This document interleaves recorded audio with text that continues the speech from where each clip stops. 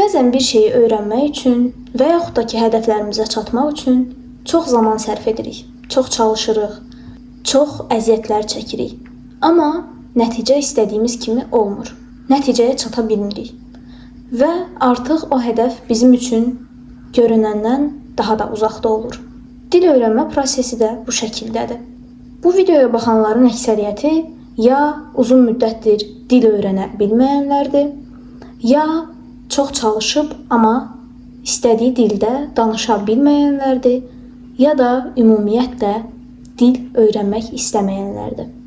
Amma artıq sadəcə 100 gün ərzində ingilis dilinizi istədiyiniz səviyyəyə çatdıra biləcəksiniz. Bu sadəcə olaraq sizin əzminiz və mənim paylaşdığım mənbələr, həmçinin videolar sayəsində olacaq. Videoya keçməzdən öncə qısa bir şəkildə özümü təqdim etmək istəyirəm. Mən Güz Zeynalova, artıq 2 ildən uzun bir müddətdir ki, YouTube platformasında siz gənclərin, həmçinin abituriyentlərin maariflənməsi və faydalanması üçün bir-birindən fərqli mövzularda inkişaf, təhsil, motivasiya, həmçinin dil öyrənmək barədə videolar paylaşıram. Və bugünkü videomuzun mövzusu da elə başlıqdan gördüyünüz kimi 100 gündə ingilis dili. Gördüyünüz kimi burada istifadə etdiyim vəsaitlər var və burada istifadə etdiyim mənbələrin adını yazmışam. Bunlar isə kursa gedəndə istifadə etdiyim səviyyə kitablarıdır. A1 level, A2 level və alman dili öyrənən vaxtı istifadə etdiyim lüğətlərdir. Yəni ki, lüğətlərdən, həmçinin kitablardan mütləq istifadə etmək lazımdır və əlinizdə bir mənbənin olması çox yaxşıdır. Gördüyünüz bu qrammatika kitabı, Nərgiz Nəcəfin yenə də qarışıq test lüğət kitabı, lüğət kitabı və qrammatika kitabı. Yəni bu tipli kitablardan hər zaman istifadə etmişəm və sizlərə də elə bu kitabları tövsiyə edirəm. Bayaqki videoda da gördüyünüz kimi fərqli zaman çərçivələrində müxtəlif kitablardan, mənbələrdən istifadə etmişəm. Abituriyent vaxtı Nərgiz Nəcəfin vəsaitlərindən istifadə edirdim. Çünki listeningim, readingim və yaxud da ki, qrammatika bazam möhkəm olmalı idi və buna görə də bu kitablar həqiqətən də idealdır. Artıq 11-ci sinifi bitirib tələbə olduqdan sonra müxtəlif səviyyə kitablarından və kurslardan istifadə etməyə başladım. Bununla yanaşı müxtəlif xarici filmlərə, musiqilərə qulaq asmağa başladım və bu da mənim əlbəttə ki, həm nitqimi, həm də ki, dinləmə bacarığımı möhkəmləndirdi. Kanalda bu haqda 3 dənə və yaxud da ki, 4 dənə video olmalıdır. Həmin videolara baxaraq siz özünüz də istifadə edəcəyiniz mənbələri müəyyən edə bilərsiniz. Bunlardan əlavə YouTube-da yazanda, axtarış edəndə müxtəlif videolar, müəllimlər və yaxud da ki, sizə kömək edə biləcək kanallar qarşınıza çıxır. Və sizlərə biraz da etdiyim şeyləri göstərmək istəyirəm. Təxmini bundan 2 həftə əvvəl WhatsApp motivasiya kanalımda linkini aşağı qeyd etmişəm, daxil ola bilərsiniz. Orada bildirdim ki, Duolingo tətbiqini yüklüyün və ingilis dilini birgə öyrənək. Əlbəttə ki, 2 həftədir artıq davamlı olaraq İngiliscə öyrənməyə çalışıram və belə bir dəftər tutdum. Hər birinizin mütləq belə bir dəftəri olsun. Gördüyünüz kimi burada qeyd etmişəm, özümə motivasiya olsun deyə. Burada qeyd etdiyim sözlər əksəriyyəti filmlərdə və yaxud da ki, ümumilikdə Oxford kitablarında, lüğətlərində olan sözlərdən ibarətdir. Özüm üçün qeyd etmişəm və tez-tez cümlələr qurmağa çalışıram. Burada da gördüyünüz kimi yenə də öz qeyd etdiyim sözlər və s. Həmçinin belə bir dəftərim var. Bu dəftərə də dünən başladım.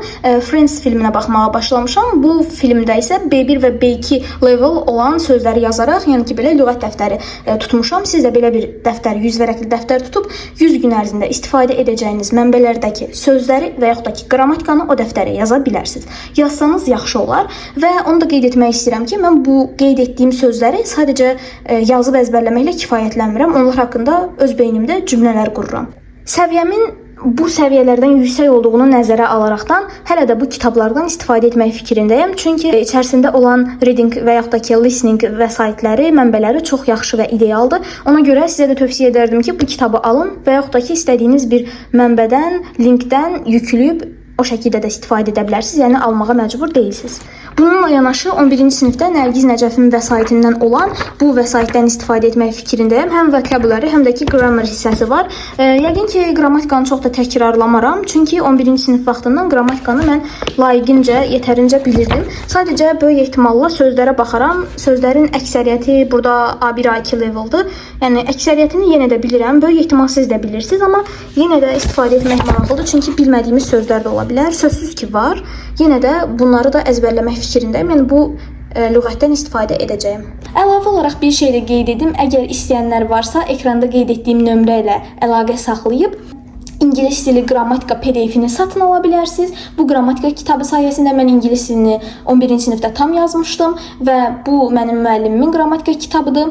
Əlbəttə ki, özünün vasitəsilə satıram bu kitabı. Ekranda qeyd etdiyim nömrə ilə əlaqə saxlayıb qrammatika kitabını istifadə edə bilərsiniz. Belə əlaqə saxlayıb Azərbaycan dili, tarix və ədəbiyyat hazırlıqlarına da qoşula bilərsiniz. Hazırlıqlar əlbəttə ki, mən keçirəm və dərslərə sıfırdan başlayırıq. Yay qruplarında endirim var. İstəsəniz ətraflı məlumat ala bilərsiniz.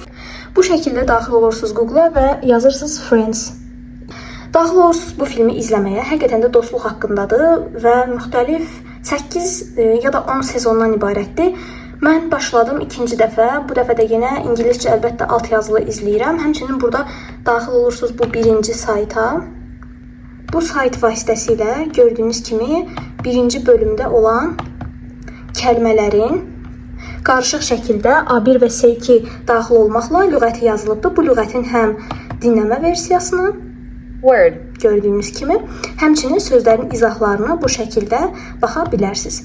Mən buradakı sözlərdən də lüğətimə istifadə edirəm. Yəni ki, bu filmi altyazılı izləsəniz, həm danışığınız, listeninginiz və söz bazanız və vokabular hissəniz inkişaf edəcək. Buna görə də mən bu filmi tövsiyə edirəm. 100 günlük vaxtda 10 sezondan ibarət olan Friends dizisini sizlərə tövsiyə edirəm. Gördüyünüz kimi 10 sezondur və bu filmi 100 gün ərzində bitirməliyik. Videoda bunları qeyd etmək istəyirdim. Birinci videomuzun məqsədi özümün də istifadə etdiyim tətbiqlərdən Duolingo tətbiqini sizlərə tövsiyə edirəm və Anki deyə bir tətbiq var. Bu tətbiqə müxtəlif sözləri yerləşdirirsiniz və digər videolarımda qeyd etdiyim kart üsuludur. Kartın bir üzündə ingiliscə, bir üzündə isə tərcüməsi yazılır və kartları çevirərək siz söz bazanızı və sözləri daha əyləncəli bir şəkildə öyrənirsiniz.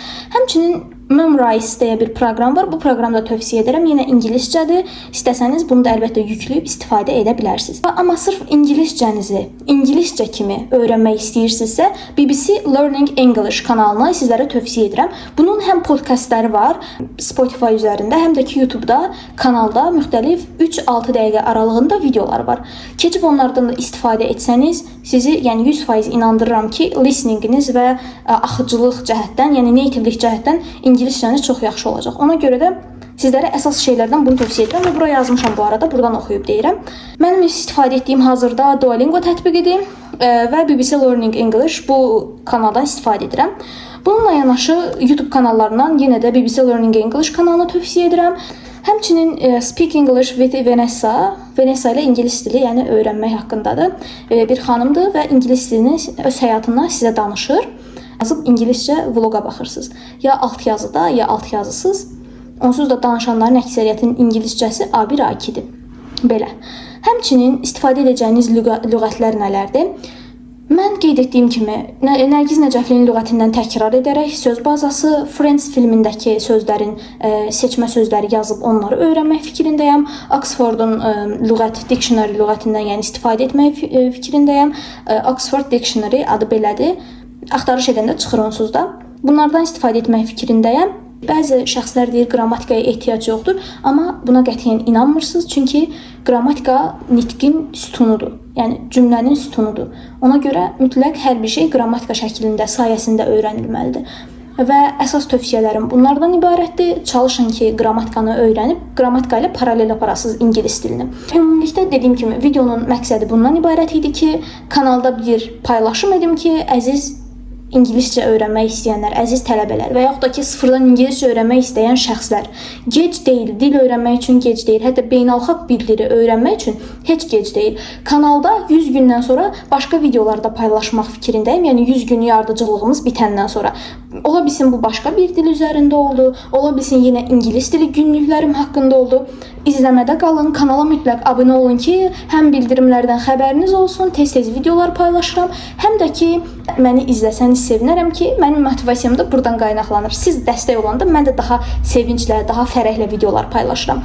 Videomuzda ümumilikdə bu qədərdir. Videonu bəyəndinizsə, kanala abunə olub like atmağı unutmayın. Siz də yorumlarda öz ingilis dili öyrənmə kurslarınızı və yaxud da ki, taktikalarınızı bölüşə bilərsiniz.